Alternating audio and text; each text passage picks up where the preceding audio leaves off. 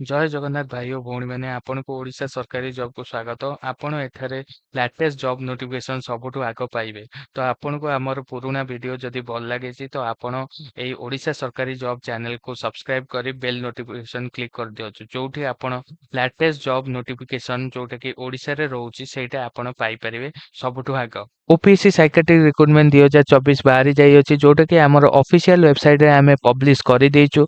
आपण हमर official website को जाके लेटेस्ट गवर्नमेंट जॉब नोटिफिकेशन पाई परिबे। तो हमर ऑफिशियल वेबसाइट ओ एवं एई पोस्ट रो लिंक ता हमें यूट्यूब वीडियो रो डिस्क्रिप्शन रे प्रोवाइड कर देइछु। आपण एई जॉब एवं विभिन्न प्रकार रो पोस्ट विषय रे जानिया को हेले हमर वेबसाइट को जाके देखि परिबे। तो चलନ୍ତୁ ଦେଖିବା ଏଇ ଭିडिଓରେ ଓପିଏସସି ସାଇକେଟ୍ରିକ୍ ରିକ୍ରୁଟମେଣ୍ଟର 2024ର କଣ ଡିଟେଲ୍ସ ରହିଛି ଆଉ କଣ ତାର ଭ୍ୟାକେନ୍ସିଜ୍ ଅଛି ଆଉ ବହୁତ କିଛି ଜିନିଷ ଜାଣିବାକୁ ପାଇବା ଏ ଓପିଏସସି ସାଇକେଟ୍ରିକ୍ ରିକ୍ରୁଟମେଣ୍ଟ 2024 ବିଷୟରେ। ଓପିଏସସି ସାଇକେଟ୍ରିକ୍ ରିକ୍ରୁଟମେଣ୍ଟ 2024ର ଡିଟେଲରେ ରହିଛି। ଆ ଦେହରେ ଆପଣ ଅନଲାଇନ୍ ଆପ୍ଲାଏ କରିପାରିବେ ଯୋଉଟା କି ଆପଣ 13ଟା ଭ୍ୟାକେନ୍ସିଜ୍ ରହିଛି ଯୋଉଟା କି ସାଇକେଟ୍ରିକ୍ ସୋସିଆଲ ୱାର୍କର ପୋଜିସନ ପାଇଁ। ତ ଆସନ୍ତୁ ଦେଖିବା ଓପିଏସସି ସାଇକେଟ୍ରିକ୍ ରିକ୍ରୁଟମେଣ୍ଟ 2024 ଡିଟେଲ ବିଷୟରେ। टाइप ऑफ एम्प्लॉयमेंट रही Odisha government job. Number of vacancies आ देरे अछि जमा 13टा वैकेंसीज अछि। एई जॉब आपण ओडिशा भितरे ही आपण एई जॉब करि परिबे। तो एई जॉब रो ना रही कि तार डिस्क्रिप्शन रही साइकेट्रिक सोशल वर्कर जोटा कि आपण एई ऑफिशियल वेबसाइट को जाके आपण एई जॉब रो फुल डिटेल जानि परिबे जोटा कि रही opsc.gov.in।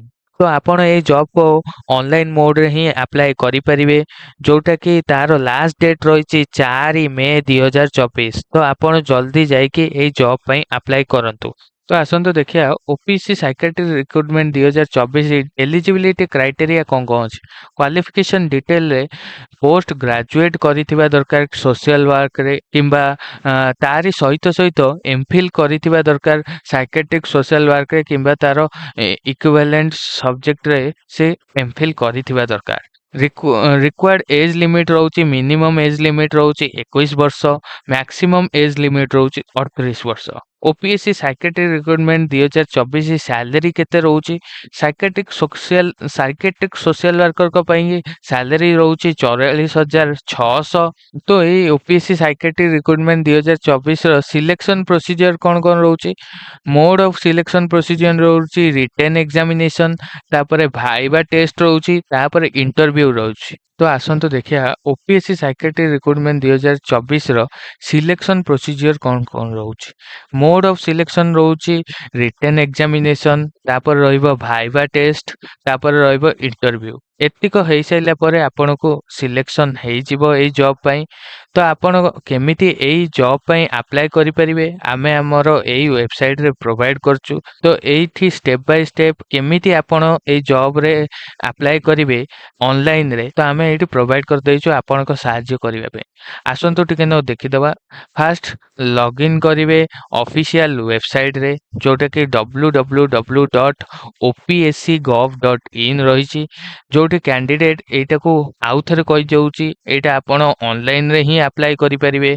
कैंडिडेट को जहाँ भी हेले तमे देखिया को पड़िबो जे आपणकर एलिजिबिलिटी क्राइटेरिया अछि कि नाही। जदि भी किछि फी थिबा थिबो एप्लीकेशन फी तो आपण ताको फी पेमेंट कले ही आपण ए जॉब पई अप्लाई करि परिबे। जदि किछि एप्लीकेशन फी नथिबो तो आपण सेमति ही अप्लाई करि परिबे। तापरे क्लिक करिवे सबमिट बटन रे जोठी के आपण सबमिट करिवे ए एप्लीकेशन फॉर्म ता तार प्रिंट आउट भी बाहर कर देबे जोटा कि आपण किछि भी फर्दर कि फ्यूचर रे यूज हेई परिबो। जेते बेले आपण अप्लाई करिवे ता आगुरु सब इंस्ट्रक्शन दिया जाइथिबा नोटिफिकेशन रे पढी परिबे।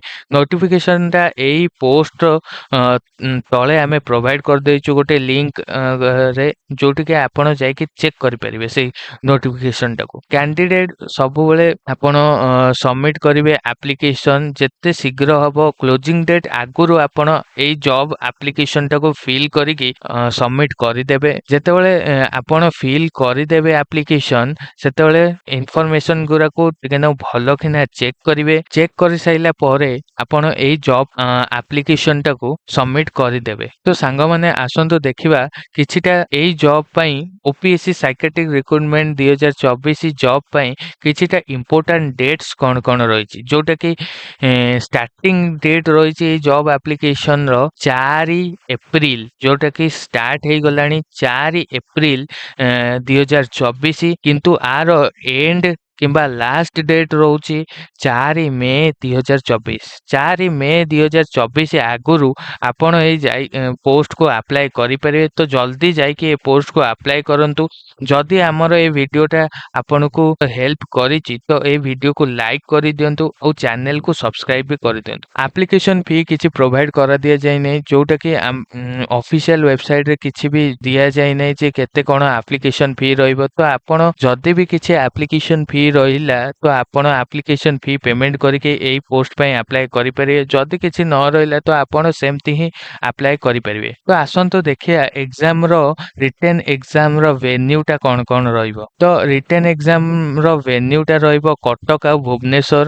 ଏଇ କଟକ ଆଉ ଭୁବନେଶ୍ୱର ଭିତରେ ହିଁ ଏଇ ରିଟେନ୍ ଏକ୍ସାମର ସେଣ୍ଟର କିମ୍ବା ଭେନ୍ୟୁଟା ରହିବ। ତ ଆପଣ ଯଦି ବି ଆପ୍ଲାଏ କରୁଛନ୍ତି ମୁଣ୍ଡରେ ରଖିଥିବେ ଯେ କଟକ ଆଉ ଭୁବନେଶ୍ୱର ଭିତରେ ହିଁ ଆପଣ ଏକ୍ସାମ ଭେନ୍ୟୁଟା ରହିବ। ତ ଆସନ୍ତୁ ଦେଖିବା ଇମ୍ପୋର୍ଟାଣ୍ଟ ଲିଙ୍କ କିଛିଟା ଅଫିସିଆଲ ୱେବସାଇଟର ଲିଙ୍କ ପ୍ରୋଭାଇଡ କରାଦିଆଯାଇଛି। ଯଦି ବି ଆପଣ ଏଇ ଜବ୍ ନୋଟିଫିକେସନ କିଛି ବି ଡିଟେଲ ଜାଣିବାକୁ ପାଉଛନ୍ତି ତ ଜାଣିବାକୁ ଚାହୁଁଛନ୍ତି ତ ଅଫିସିଆଲ ୱେବସାଇଟକୁ ଯାଇକି ଦେଖିପାରିବେ। ଆପ୍ଲିକେସନ ଲିଙ୍କଟା ବି ପ୍ରୋଭାଇଡ କରାଦିଆଯାଇଛି। ଯଦି ବି ଆପଣ ଆପ୍ଲାଏ କଲେ ଡାଇରେକ୍ଟ ଏ ଲିଙ୍କକୁ କ୍ଲିକ୍ କରିକି ଆପ୍ଲାଏ କରିପାରିବେ। ନୋଟିଫିକେସନ ପିଡିଏଫ୍ ବି ଆପଣ ଏଠି ପାଇପାରିବେ ଏଇ ଲିଙ୍କକୁ କ୍ଲିକ୍ କଲେ। ଆଉ ଆମର ଅଫିସିଆଲ ୱେବସାଇଟର ଲିଙ୍କ ଏଠି ବି ପ୍ରୋଭାଇଡ କରାଦିଆଯାଇଛି, ଯୋଉଠି ଆପଣ ଲାଟେଷ୍ଟ ଗଭର୍ଣ୍ଣମେଣ୍ଟ ଜବ୍ ନୋଟିଫିକେସନ ପାଇପାରିବେ। ଆପଣଙ୍କୁ ଯଦି ଅଲଗା କିଛି ବି ଗଭର୍ଣ୍ଣମେଣ୍ଟ ଜବ୍ ରିଲେଟେଡ୍ ଜାଣିବାକୁ ଚାହୁଁଛନ୍ତି ତ ଆମର ଅଫିସିଆଲ ୱେବସାଇଟକୁ ଆସନ୍ତୁ, ଯୋଉଟା ରହୁଛି www.odishagovernmentjobs.com। ଯଦି ଆପଣଙ୍କୁ ଓପିଏସସି ସାଇକେଟ୍ରିକ୍ ରିକ୍ରୁଟମେଣ୍ଟ 2024 ଭିଡ଼ିଓଟା ଭଲ ଲାଗିଲେ ଲାଇକ୍ କରନ୍ତୁ, କମେଣ୍ଟ କରନ୍ତୁ